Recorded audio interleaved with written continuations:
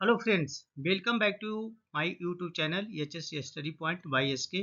आज हम बात करेंगे top 5 most common excavation hazard. Excavation में वो टॉप 5 कॉमन हजार्ड क्या हैं जिसके बारे में जानेंगे। तो चलिए पॉइंट वाइज जानते हैं कि वो कौन कौन सा हजार्ड है कॉमन जिसके कारण मेजर एक्सीडेंट हो सकता है। तो चलिए सबसे पहले देखते हैं cave in in trench and collapse. तो सबसे पहला जो हजार्ड होता है cave in and collapse, trench collapse का होता है। इसका रीजन क्या होता है? Trench collapse making serious injury and kill बल्कर। तो जब ट्रेंच कोलैप्स हो जाता है तो इससे क्या होता है, सीरियस इंजुरी होती है, इवन यहाँ तक कि वर्कर मर भी जाते हैं। इसका रीजन क्या होता है? अब इससे बचने के लिए क्या करना चाहिए? Design A system by professional engineer that prevent cabin. तो जब भी इस तरह का एक्टिविटी करते हैं तो प्रोफेशनल जो इंजीनियर होते हैं उनसे डिजाइन बना लेना चाहिए ताकि केबिन को प्रिवेंट किया जा सके।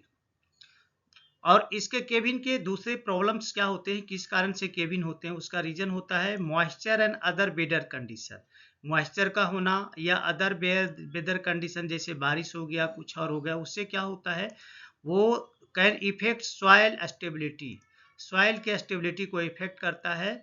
और due to this excavation can be inspected at the beginning of each shift and after rains.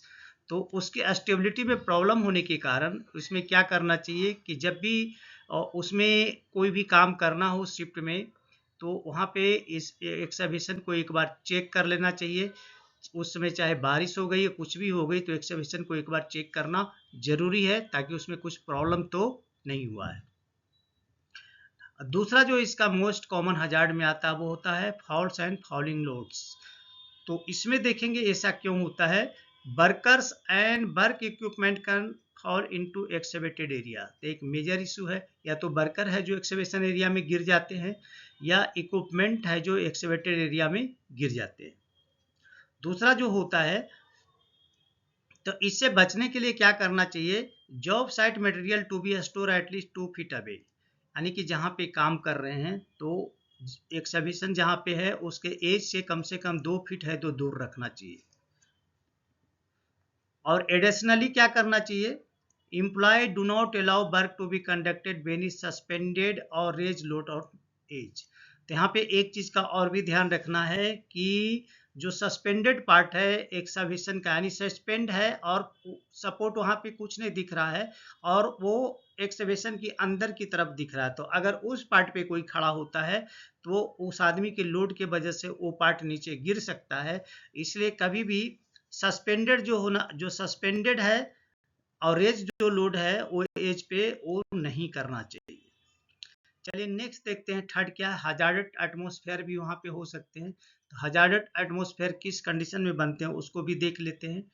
Tranches area sometimes have deflected oxygen level that hazard must be taken into consideration और excavation hazard. तो खास करके ये particular उस location में होता है जैसे कि कोई प्रोसेस प्लांट एरिया में अगर एक्सकवेशन किया हुआ है तो वहाँ पे कुछ ऐसे गैस आ जाते हैं जो कि ऑक्सीजन को वहाँ से डिप्लेट कर देते हैं, हटा देते हैं। तो जिसके कारण वहाँ पे ऑक्सीजन की प्रॉब्लम हो सकती है और जिसके अगर उसमें कोई काम करने के लिए जाता है तो आदमी है जो अनकॉन्शियस हो सकता है। तो इसको ध्यान में रखना जरूरी है। नेक्स्ट जो पॉइंट है, the atmosphere in trench area can be contaminated by toxic gas. तो एक टॉक्सिक गैस और केमिकल के कारण ये कंटामिनेट हो सकता है।